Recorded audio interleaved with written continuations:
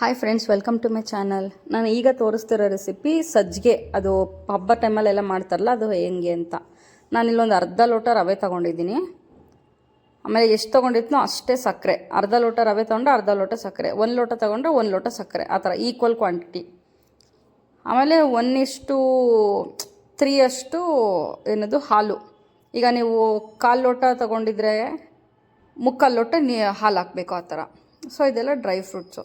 ನಿಮಗೆ ಇಷ್ಟ ಬಂದಿದ್ದು ಇನ್ನು ಪಿಸ್ತಾ ಏನಾದರೂ ಬೇಕಂದರೆ ಹಾಕ್ಕೋಬೋದು, ಎಲ್ಲ ನಿಮ್ಮ ಚಾಯ್ಸು. ನೆಕ್ಸ್ಟ್ ಏನು ಮಾಡೋಣ ಅಂತಂದರೆ, ರವೆ ತೊಗೊಂಡ್ಬಿಟ್ಟು ರವೆನ ಹುರ್ಕೊಳ್ಳೋಣಂತೆ ಮೀಡಿಯಮ್ ಫ್ಲೇಮಲ್ಲಿ. ನೀವು ಎಷ್ಟು ತೊಗೊಂಡಿರ್ತೀರೋ ರವೆ ಅದು 3ರಷ್ಟು ಹಾಲು ಹಾಕಬೇಕು. 1 ಲೋಟ ನೀವು ರವೆ ತೊಗೊಂಡಿದ್ರೆ 3 ಲೋಟ ಹಾಲು ಹಾಕಬೇಕು, ಆ ಥರ. ಸಕ್ಕರೆ ಮಾತ್ರ ಎಷ್ಟು ರವೆ ತೊಗೊಂಡಿರ್ತೀರೋ ಅಷ್ಟೇ ಸಕ್ಕರೆ ಹಾಕಬೇಕು. ಆವಾಗ ಸ್ವೀಟ್ ಎಲ್ಲ ಪರ್ಫೆಕ್ಟಾಗಿರುತ್ತೆ, ಜಾಸ್ತಿನೂ ಇರೋಲ್ಲ ಕಡಿಮೆನೂ ಇರೋಲ್ಲ, ಕರೆಕ್ಟಾಗಿರುತ್ತೆ. ರವೆ ಹುರಿದಿದ್ದಾದ್ಮೇಲೆ ನಾನು ಏನು ಮಾಡ್ತೀನಿ ಅಂತಂದರೆ, ತುಪ್ಪ ಹಾಕ್ತೀನಿ ಸ್ವಲ್ಪ. ತುಪ್ಪ ಹಾಕ್ಮೇಲೆ ತುಪ್ಪ ಕರಗಿದಾದ್ಮೇಲೆ ನಾನು ಡ್ರೈ ಫ್ರೂಟ್ಸ್ ಏನು ತೊಗೊಂಡಿದ್ನಲ್ಲ ಅದನ್ನು ಡ್ರೈ ಫ್ರೂಟ್ಸ್ನೆಲ್ಲ ಸ್ವಲ್ಪ ಹುರ್ಕೊತೀನಿ.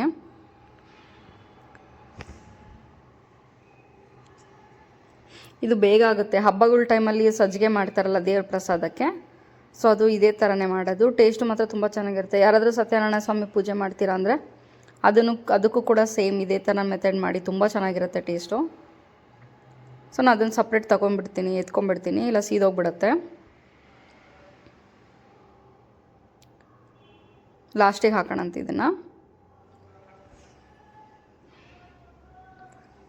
ಸೊ ನೆಕ್ಸ್ಟ್ ಏನು ಮಾಡೋಣ ಅಂತಂದರೆ, ನಾವು ಹಾಲು ತೊಗೊಂಡಿದ್ವಲ್ಲ, ಇದೇ ತುಪ್ಪಕ್ಕೆ ಹಾಲು ಹಾಕೋಣಂತೆ.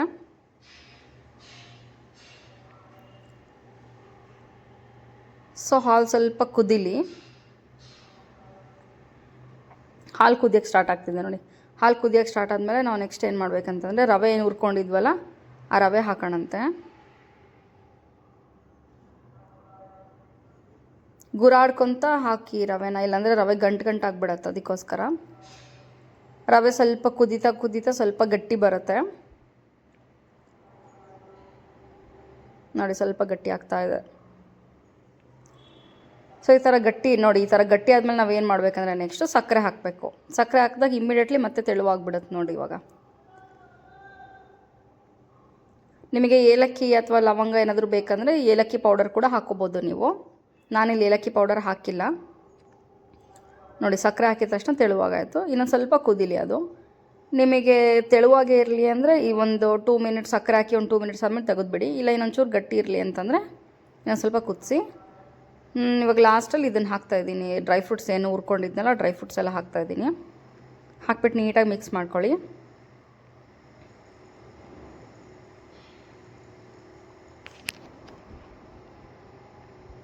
ನೋಡಿ ಈಗ ನೀಟಾಗಿ ಬೆಂದಿದೆ ಅಂದರೆ ಇಲ್ಲಿ ಬಾಣಲಿನ ನೀಟಾಗಿ ಬಿಡ್ತಾ ಇರುತ್ತೆ. ಅದು ನೀಟಾಗಿ ಬಿಡ್ತಾಯಿತ್ತು ಅಂದರೆ ಅದು ರವೆ ಎಲ್ಲ ನೀಟಾಗಿ ಬೆಂದಿದೆ ಅಂತ ಅರ್ಥ.